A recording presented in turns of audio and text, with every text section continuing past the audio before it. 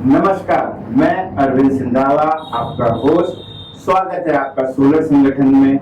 Solar की बात में हर दिन हर चीज है खास। आप जानते हैं डीसीआर सोलर पैनल 530 वाट का क्यों आता है?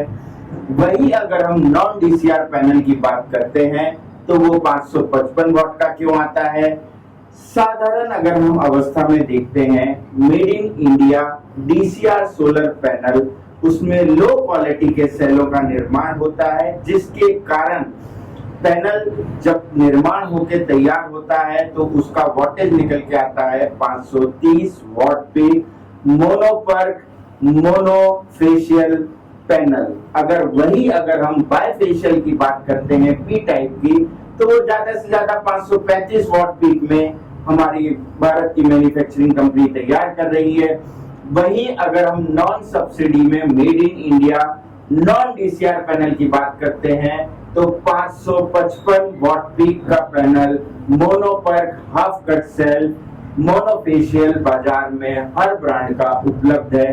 अगर आप 10 किलोवाट का सोलर रूफटॉप अपने घर में स्थापित करना चाहते हैं तो पीएम सूर्यघर मुफ्त बिजली योजना सब्सिडी में आपको कोई लाभ नहीं है, क्योंकि पीएम सूर्यघर मुफ्त बिजली योजना के अंदर जो पैनल आप स्थापित करते हैं वो डीसीआर पैनल होना चाहिए।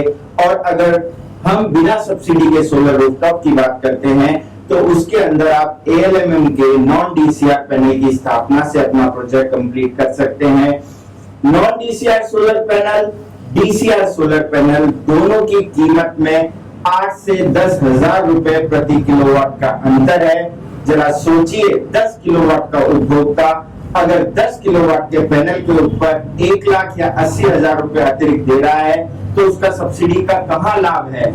आप बिना सब्सिडी के भी सोलर रूफटॉप लगा सकते हैं, क्वालिटी का सोलर रूफटॉप लगा सकते हैं, बढ़िया सोलर रूफटॉप लगा सकते हैं।